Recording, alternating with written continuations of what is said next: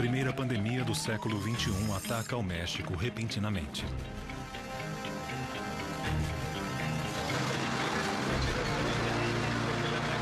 Não conhecemos sua letalidade. Todo mundo estava com medo. Qualquer pessoa que tivesse catarro ou febre aparecia e exigia atenção. Íamos comprar 22 anos de casados. Não conhecemos sua velocidade de propagação de contágio. É um vírus com mais capacidade de mutação que o vírus da AIDS. A ciência é desafiada e precisa enfrentar a ameaça. É um monstro que não se vê, não se sente, mas te destrói. AH1N1, a gripe letal.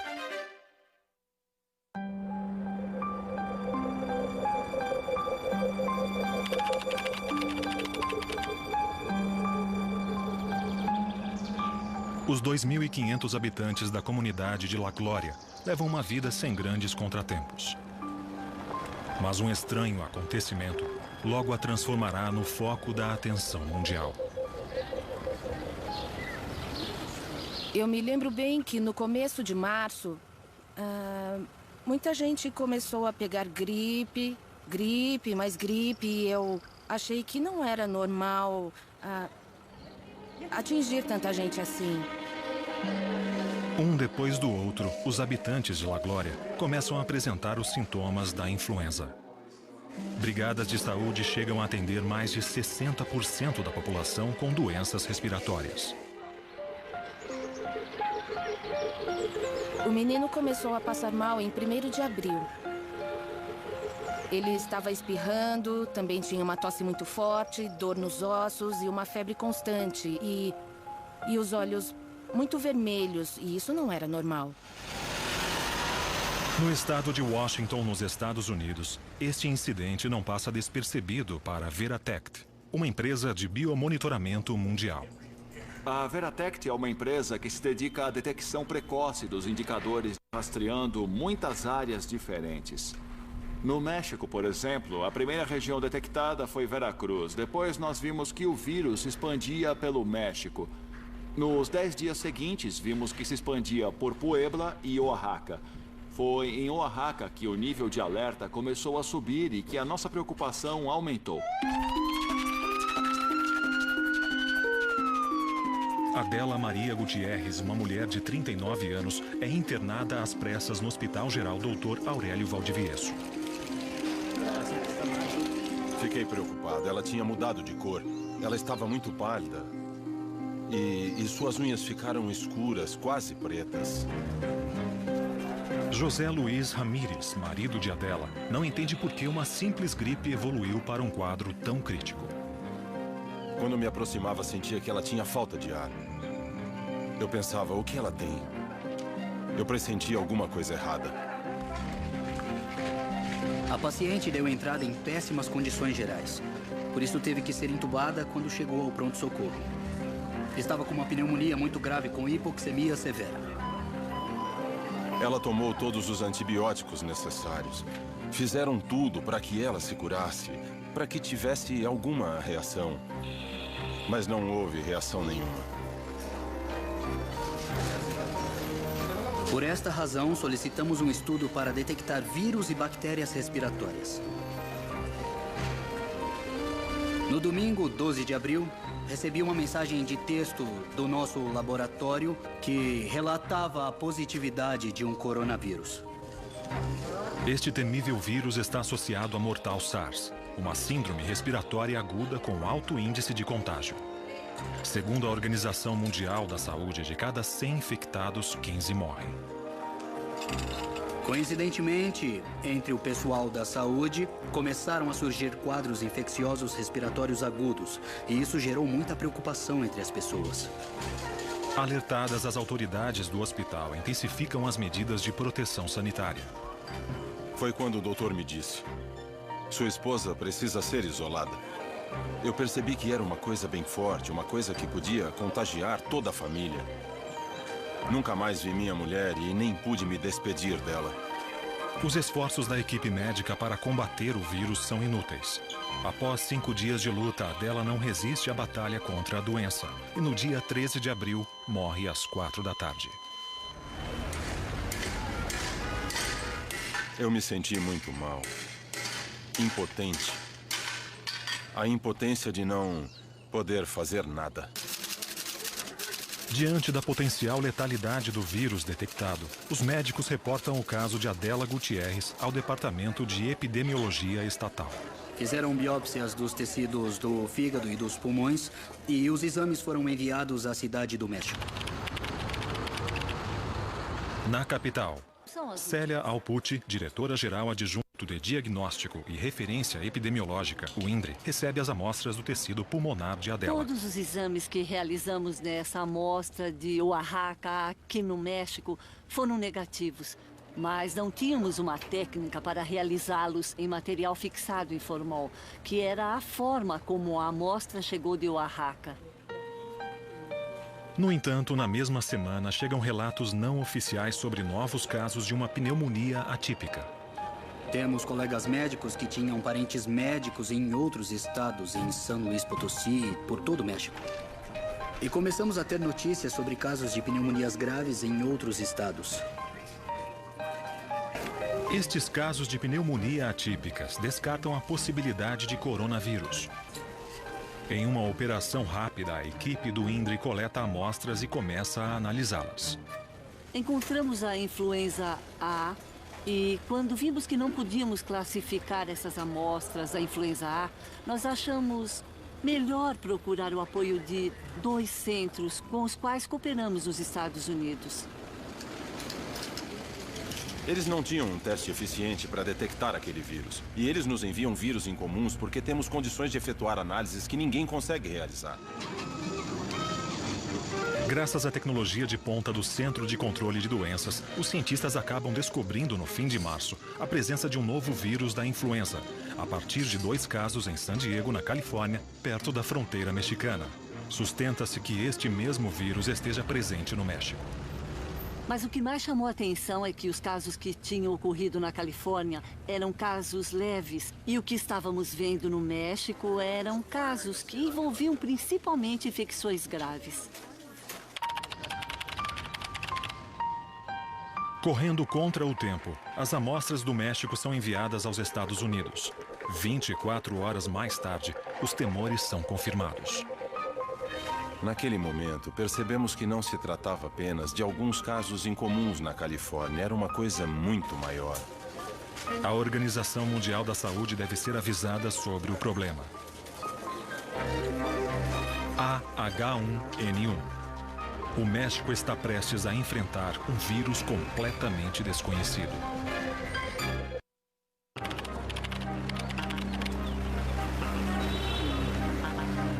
A estranha morte de Adela Maria Gutierrez coloca a comunidade científica em alerta. Depois de exaustivas análises, descobre-se um mortal e desconhecido vírus, o AH1N1. Isso nos surpreendeu totalmente. Não estávamos esperando. Era uma cepa de origem suína que não tinha sido identificada anteriormente em nenhum lugar do mundo. Com uma estrutura de elementos intercambiáveis, o chamado H1N1 tem a capacidade de roubar material genético de outras espécies para gerar mutações e aprimorar-se. É assim que a influenza age. Inclusive, os vírus suínos se alojam em humanos ao mesmo tempo que nos porcos. Podem pegar caminhos diferentes, mas agora se reencontraram. Armado com cepas suínas, o H1N1 começa a expandir-se pelo México. Possíveis casos de contágio e morte são relatados na cidade do México, assim como em outras cidades do país. Não sabíamos a magnitude da epidemia que estávamos enfrentando, mas podíamos prever que era muito importante que o México aumentasse a capacidade de diagnóstico. O Instituto Nacional de Referência Epidemiológica comunica imediatamente os resultados ao secretário de Saúde, José Ángel Córdova. Diante de um vírus desconhecido com potencial pandêmico e, sobretudo, de origem animal, temos que agir com todos os elementos que havíamos preparado para o caso da gripe aviária. 14. Isso. 3 entubados. 3 entubados. Desde 2005, esse plano tem sido aplicado regularmente no México. Foram investidos mais de 70 milhões de dólares para comprar medicamentos, equipamentos, trajes, máscaras, óculos, hospitais ambulatoriais. Eu falei com o senhor presidente e solicitei que me recebesse o mais breve possível. E ele me atendeu prontamente.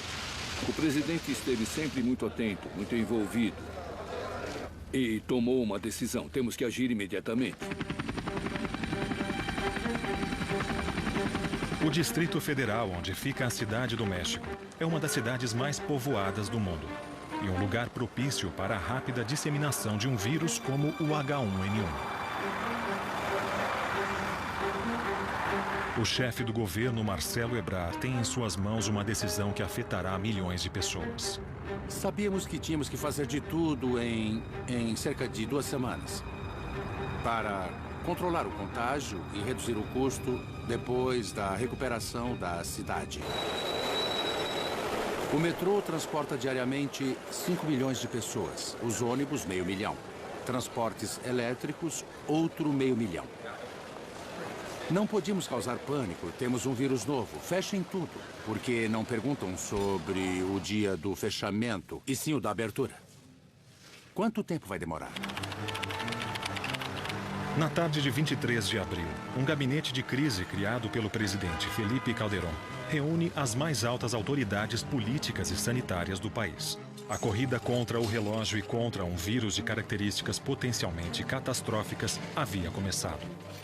Pela minha cabeça passavam ideias e cenários muito trágicos. Eu via os hospitais repletos de doentes gravíssimos e uma grande quantidade de pacientes morrendo. Não existem soluções cômodas. Nada é simples. A maior parte das decisões que tomamos aqui tem um custo. Então sempre precisamos escolher o que proteger. E sempre pensamos que seria melhor estar à frente da epidemia para detê-la do que esperar para ver como se comportava, já que era a primeira experiência que tínhamos e talvez depois não pudéssemos controlá-la. Por isso, as decisões foram drásticas, foram contundentes, foram imediatas. Estamos ante la presencia de un nuevo virus de la influenza, lo cual constituye una epidemia respiratoria hasta ahora controlada. Las Secretarías de Salud y de Educación Pública han considerado conveniente la suspensión de clases. Asimismo, recomienda a la población evitar sitios concurridos, lavarse las manos frecuentemente con agua y jabón, no saludar de beso ni de mano, utilizar cubrebocas. O vírus H1N1 foi exposto publicamente. Diante dos olhos do mundo, o México se transformou no foco da nova epidemia. Fiebre, tos. Era más el dolor de cabeza con la temperatura. Podíamos ter ficado calados e tentado resolver o problema aqui dentro, até aparecerem outros países que dariam o alerta. Isso teria sido absolutamente irresponsável. E para o desconcerto dos médicos e autoridades, o novo vírus H1N1 é resistente a todos os tratamentos conhecidos. Foram testados 97 antivirais e só funcionou um.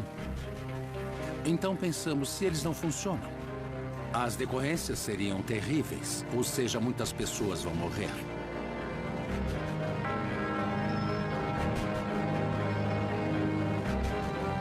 Sem uma resposta médica clara, a incerteza e o temor dominam o México. Estamos ante la presencia de un nuevo virus de la influenza. O mundo é alertado sobre a presença de um novo vírus, o H1N1. Não conhecemos sua letalidade, nem a velocidade de propagação de contágio. Mas sabemos que o risco é máximo. Enquanto o governo mexicano implementa medidas para frear o contágio em sua população, a comunidade científica avalia o possível impacto desta epidemia. No dia seguinte, a diretora-geral toma a decisão de convocar a primeira reunião do Comitê de Emergência que reúne especialistas. Eles então avaliam o risco que isso pode representar internacionalmente e fazem uma recomendação à diretora-geral. A Organização Mundial da Saúde ativa seu sistema de alertas. Agora estamos na fase 3. Até esta data, o México conta com o maior número de mortes em decorrência da gripe A no mundo, com um aumento progressivo do número de infectados. O vírus já se adaptou a viver no homem, já se transmite no homem, se reproduz no homem. O México deve aplicar todos os seus recursos para evitar que se chegue ao temido nível 6, em que a pandemia se torna realidade. Diante deste cenário, a equipe do Instituto Nacional de Referência Epidemiológica terá de enfrentar seu maior desafio. Com o novo vírus, além da técnica diagnóstica, apenas o CDC estava implementando a chamada técnica de PCR em tempo real, para poder cobrir a demanda crescente de análises. Fizemos os arranjos para enviar pessoas para o México e levar todos os materiais para fazer os exames. Também enviamos pessoas que trabalhariam com eles para ajudá-los a se instalar. Eles não foram apenas nossos instrutores. Eles também trabalharam ao nosso lado. Normalmente, esse laboratório recebe uma média de 300 a 400 amostras diárias. Com a epidemia, recebemos 1.500, 1.600 amostras só para a influenza. El gobierno federal reconoce que estamos en el momento más crítico de la epidemia. La epidemia de influenza por virus porcino. En las últimas horas se han realizado 2 reuniones de emergencia del Consejo de Salubridad. Em situações de crise, todos sempre são colocados à prova. Alguns colegas se recusavam a ver os pacientes. Outros eram muito corajosos. Apesar do temor e da incerteza que envolviam a doença, os médicos estavam arriscando suas vidas. Foi uma situação estressante, no sentido de não entender muitas coisas, não saber como a epidemia iria se comportar. Sabíamos que tínhamos estoque para algum tempo, mas não sabíamos quanto tempo a epidemia iria durar. No Instituto de Doenças Respiratórias, INER, a pneumologista Alejandra Ramírez prepara-se para receber os primeiros infectados com o novo vírus. Bom, nesse momento começamos a pedir aos médicos que removessem todos os seus pacientes e esperassem os infectados chegarem, e eles chegaram mesmo. Pedimos a todos que coloquem as máscaras, por favor. Qualquer pessoa que tivesse catarro ou febre, em qualquer situação, imediatamente pensava que tinha gripe A. Então ela aparecia e exigia atenção. As pessoas lotavam os hospitais e só conseguiam se contaminar e aumentar ainda mais a epidemia. Vou examiná-la. Diga A. Mostre a língua. O médico Miguel Ángel Criollo faz parte das caravanas da saúde. Estas clínicas móveis são deslocadas para formar um cerco epidemiológico ao redor das cidades. Muito bem. Procuravam as caravanas e os médicos examinavam para ver se tinha algum caso suspeito ou se era algum caso de infecção por bactéria ou outra coisa. Muitos hospitais, assim como as caravanas, utilizam um exame rápido para detectar o vírus. Mas sua precisão se mostra insuficiente. Praticamente nenhum deu positivo. Por acaso tivemos três testes positivos entre 800 pacientes que vieram. Então a única coisa que isso nos mostra é que o exame rápido não serve para detecção. O critério passou a ser o quadro clínico. Lembrando que o tratamento antiviral devia ser iniciado nas primeiras 48 horas do aparecimento dos sintomas para que fosse eficaz. Diante da rápida disseminação do vírus, a Organização Mundial da Saúde eleva o nível de alerta. Certain actions now should be undertaken with increased urgency. Decidiram passar para a fase 4 com base no fato de que havia uma circulação. Não era somente em uma região, mas países diferentes, de diferentes regiões da organização. Enquanto no México o número de mortos pelo H1N1 chega a 81 e o de infectados supera os 1.300, o vírus cruza o oceano e chega à Europa. Então, a primeira foi suspender todas as aulas. todo o sistema escolar. Depois fechamos os pontos de aglomeração de pessoas. Todo o entretenimento da cidade. No entanto, as medidas de prevenção adotadas não são suficientes para deter a expansão do vírus. Agora, o H1N1 adquiriu a capacidade de disseminar-se continuamente. Até você ver, acreditar e passar por isso, você não entende. Olhe para mim.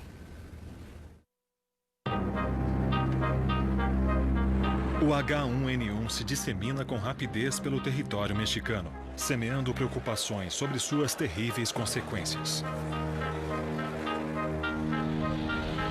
José Luiz Ramírez, que perdeu sua esposa, Adela, no início da epidemia, sabe o que é enfrentar este vírus imprevisível.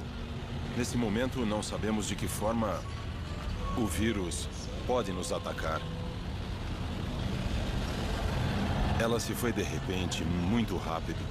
Tão rápido como uma morte instantânea, quase de um dia para o outro. Ela morreu em apenas 5 dias. Foi muito rápido. Está lá fora, bem na porta da sua casa. É um monstro que não se vê, não se sente, mas que te destrói. Com 24 anos, José Miguel Medina não dá atenção às advertências sanitárias. Quem gosta de ser internado? Ninguém gosta. Eu quis dar uma de forte. Não me levem. Eu quero ir para o hospital. Quase sem poder respirar, José Miguel é internado no Instituto Nacional de Doenças Respiratórias. Quando pediram para eu pôr a máscara, não, tirem isso, não. Vitaminas, soro, vacinas para gripe. Eu não tenho nada. O caso de José Miguel é destinado à doutora Alejandra Ramírez. Oi, José Miguel, como está hoje? Eu estava analisando a tomografia que você fez ontem. Creio que foi um dos quadros mais graves, porque houve uma complicação no pâncreas. Apesar disso, só na terapia intensiva conseguimos colocar uma sonda para reexpandir seu pulmão. Lembro que me colocaram em uma cama e injetaram alguma coisa. Eu não sei o que era. Eu acho que o mais difícil foi ver gente jovem chegando e tendo que ser entubada. O fato de saber que um paciente precisa ser entubado indica que há uma probabilidade muito alta, segundo o que estávamos vendo, de que fosse uma situação grave. 5 dias depois do anúncio da existência de um novo vírus, as medidas de precaução sanitária não parecem surtir efeito sobre a população mexicana. Quando nós descobrimos que a curva continuava a subir, mesmo depois da suspensão das aulas, tomamos a medida drástica seguinte, que foi fechar os restaurantes para que a sociedade entendesse a gravidade do problema. Então, suspender as aulas já é bem drástico, mas fechar os restaurantes significa que algo está acontecendo. Diante deste cenário preocupante, a autoridade máxima do país pede a colaboração de todos os cidadãos. Porque não há lugar mais seguro para evitar contagiar-se del vírus da influenza porcina que tu própria casa. Diante da necessidade de frear a onda de contágios, uma das cidades mais povoadas do mundo fica deserta.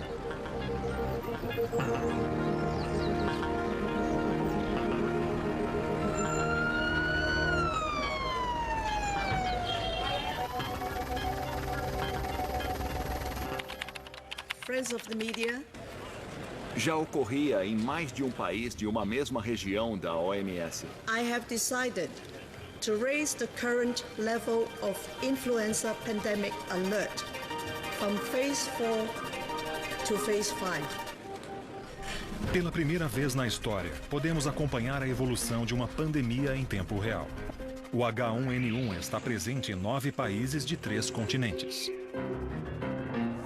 Falou-se tanto em uma possível pandemia durante tantos anos que provavelmente muitas pessoas pensavam que era apenas um risco potencial que nunca iria ocorrer.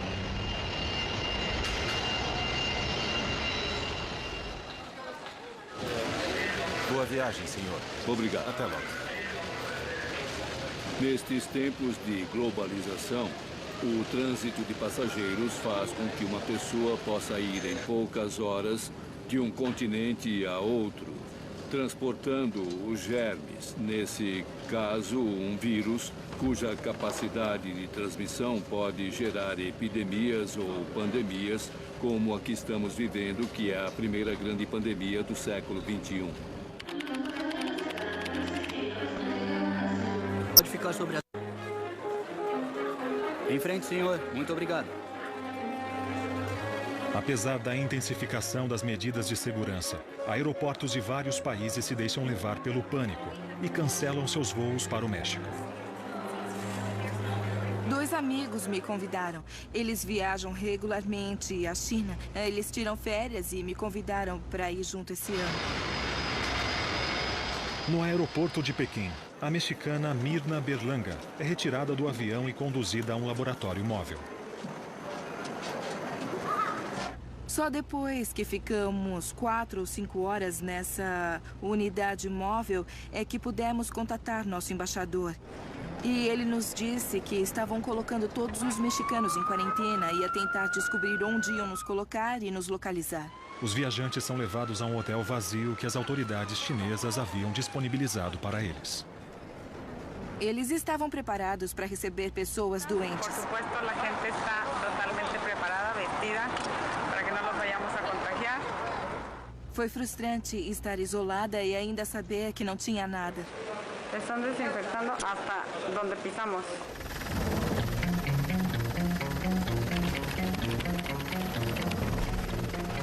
O H1N1 estigmatizou a imagem do México. Durante quase uma semana, todos os pontos de encontro social permanecem fechados. Virou uma cidade fantasma, onde todo mundo ficava em casa. Não havia sociedade. Voltamos à família.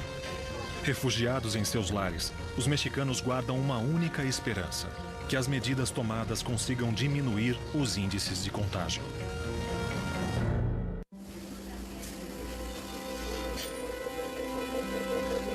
A repentina investida do H1N1 representa uma verdadeira prova de fogo para o povo mexicano. O resultado das severas restrições ainda é incerto. Não sabíamos como as pessoas iam reagir, já que havia 9 milhões de pessoas trancadas dentro de casa. Isso era incrível. Na China, os 5 dias da hostil quarentena imposta aos mexicanos está quase no fim. No 4º dia, eles nos avisaram, as pessoas da embaixada, que o México estava negociando um acordo para que o governo chinês nos permitisse voltar em um voo fretado. Nossas ambulâncias de transporte para o avião já estão listas. México, allá vamos.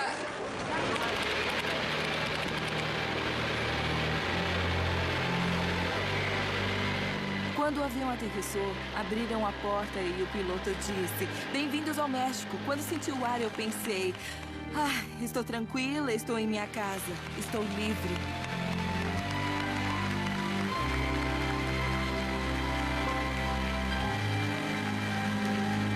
No dia seguinte, as severas medidas de prevenção do Distrito Federal começam a dar seus primeiros resultados. Combinando escolas, entretenimento e restaurantes, foi uma paralisação muito grande da economia.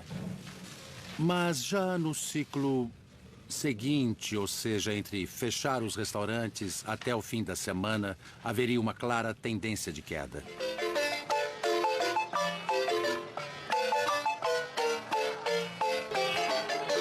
O comprometimento do povo mexicano consegue deter o alto índice de contágios. A Organização Mundial da Saúde relata menos de 1.000 casos confirmados de H1N1 no país. Agora, os habitantes da capital aguardam a suspensão das medidas para retomar suas atividades normais. Quando disseram já podem sair de suas casas, foi o dia mais popular, porque podiam sair do isolamento e podiam dar beijos sem problema. O México já crise sanitária sem precedentes, mas com um alto custo social e econômico. Ainda não recuperamos os níveis de turismo que tínhamos antes da contingência sanitária. A ocupação dos hotéis caiu 5%. Esse setor foi muito prejudicado. Outro setor foi o dos restaurantes, que na Cidade do México tem mais ou menos 30 mil pessoas trabalhando e vivendo disso. Nos afetou, sim, porque estamos falando de 0,4% do PIB, o que corresponde a cerca de 4 milhões de dólares. Quando as sequelas do H1N1 tornam-se evidentes, surge a preocupação e o descontentamento entre alguns setores da população. Muitos começam a questionar se as medidas de contingência não foram exageradas. É muito provável que as ações tomadas para deter o vírus tenham tido um grande impacto. Além disso, também há um efeito psicológico. As pessoas sentem uma grande diferença quando veem que o governo está fazendo uma coisa a respeito.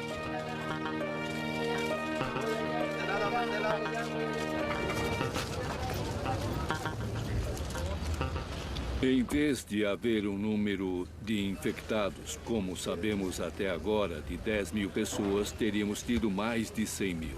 Seriam mais de 8 mil mortos. E teríamos tido uma sobrecarga no sistema médico de mais de 4 milhões e meio de consultas. No entanto, a disseminação da gripe A pelo mundo é inevitável.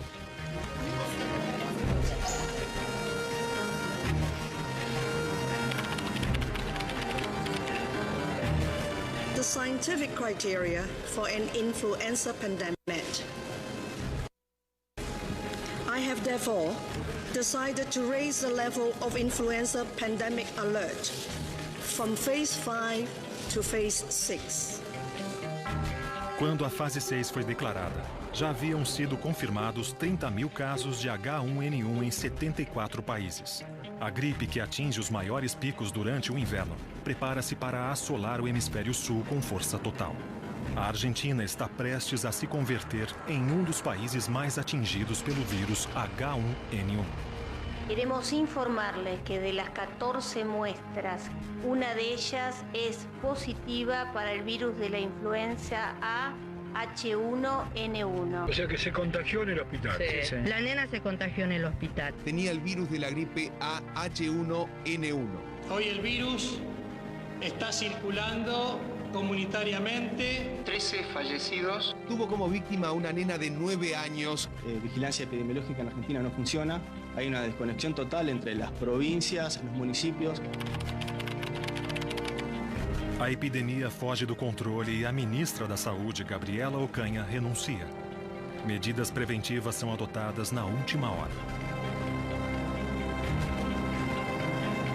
Debido a la elevada cantidad de casos de patología respiratoria grave y de fácil contagio, cerrar por espacio de 72 horas escuelas, guarderías, clubes, gimnasios, cines y teatros.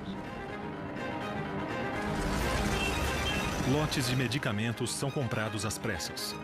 Faltam tantos profissionais médicos para a emergência que se faz um apelo desesperado. Por exemplo, médicos jubilados, ou por exemplo, estudiantes do último ano de medicina, ou por exemplo, 2.000 médicos que se presentaram a los exámenes de residencia e não ingressaram.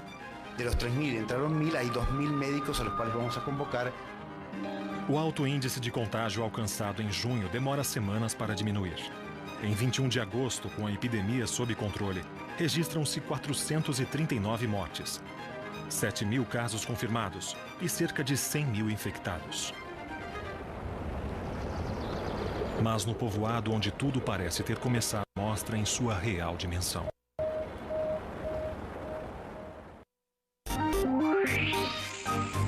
O vírus H1N1 se propagou rapidamente pelo mundo. Mas algum tempo depois, a probabilidade de uma grande mortalidade global já não existe.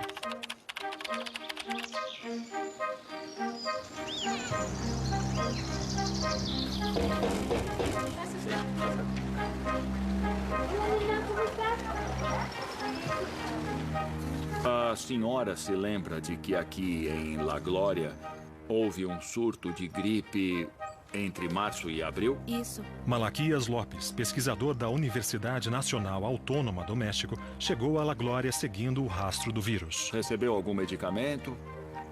Não contaminou ninguém? Não. O meu trabalho é fazer um censo epidemiológico para poder conhecer qual foi a magnitude real do surto que sabemos ter ocorrido nos meses de março e abril, quando recolhemos amostras das pessoas que tinham sinais e sintomas daquele surto e mandamos analisar. Houve positividade em uma amostra de um habitante desta localidade, o menino. A data de início dos sintomas era a mais antiga que existia entre todas que até então tínhamos disponíveis. Na época, ele ficou 3, 4 dias de cama e muito doente. Doía a cabeça, a garganta, tinha todos os sintomas. Edgar Hernandes, com apenas 5 anos, venceu sua própria batalha contra o H1N1. No 6º dia, ele já estava bem. No 7º dia, não tinha nada. E isso foi tudo. Ele ficou doente de repente e também se recuperou rapidamente. Depois que a análise de Edgar foi divulgada, ele passou a ser conhecido como o paciente zero. Agora já sabemos que houve pacientes doentes e internados em hospitais da Cidade do México em datas anteriores à doença do menino que achamos aqui.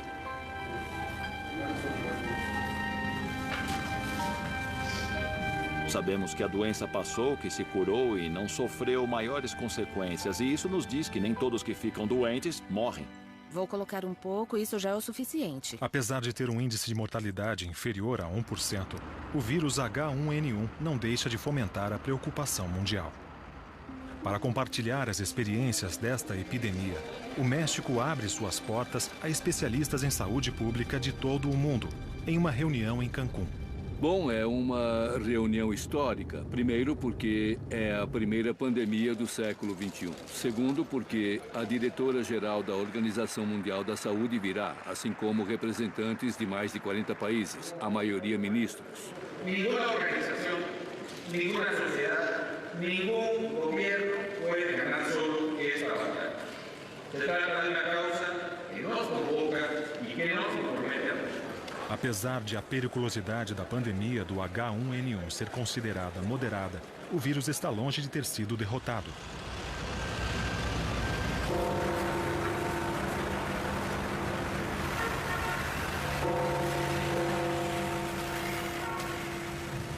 É muito comum que as gripes sejam cíclicas e, em termos históricos, geralmente o segundo e o terceiro ciclos são piores que o primeiro.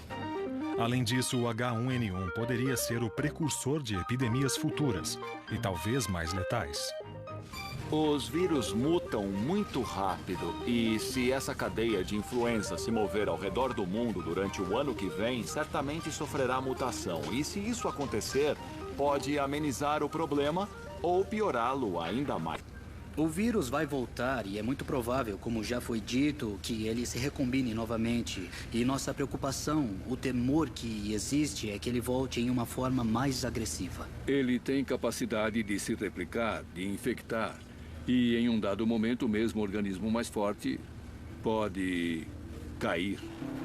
Enquanto os sistemas de vigilância epidemiológica estão atentos à evolução do vírus, o H1N1 é uma ameaça que assombra os que experimentaram seus efeitos. Oi, José Miguel.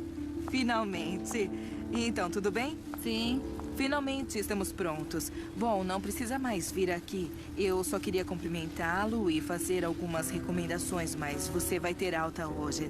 Tá? Entendi. Depois de 5 semanas de cuidados intensivos, José Miguel consegue vencer o H1N1 e recebe alta do hospital. Há partes do meu corpo que não têm sensibilidade. Os dedos não têm sensibilidade.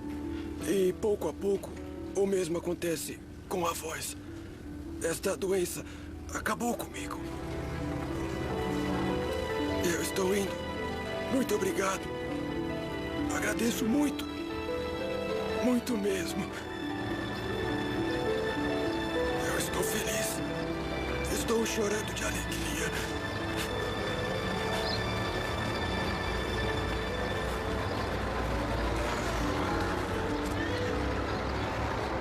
Olha quem chegou. Que bom que voltou. Ele está vivo. E pra gente, isso é um milagre, já que ganhamos enquanto muita gente perdeu. Muita gente perdeu tudo. Nunca pensamos na morte. Pensamos em outro mundo. Achamos que o nosso amor nunca vai morrer.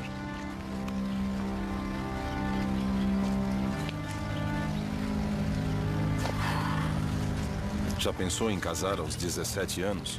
Éramos muito jovens. Eu sempre gostei muito dela. Um bom exemplo de vida e um bom legado para os filhos. Ela sempre esteve do meu lado e me ajudou muito para criar a nossa família. E acabou morrendo no auge da vida.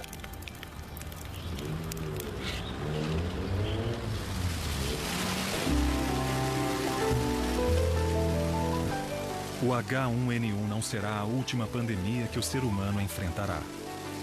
À espera do próximo inverno, a vigilância epidemiológica deve manter-se em alerta. O surgimento de um novo vírus letal é só uma questão de tempo. Versão brasileira Vox Mundi.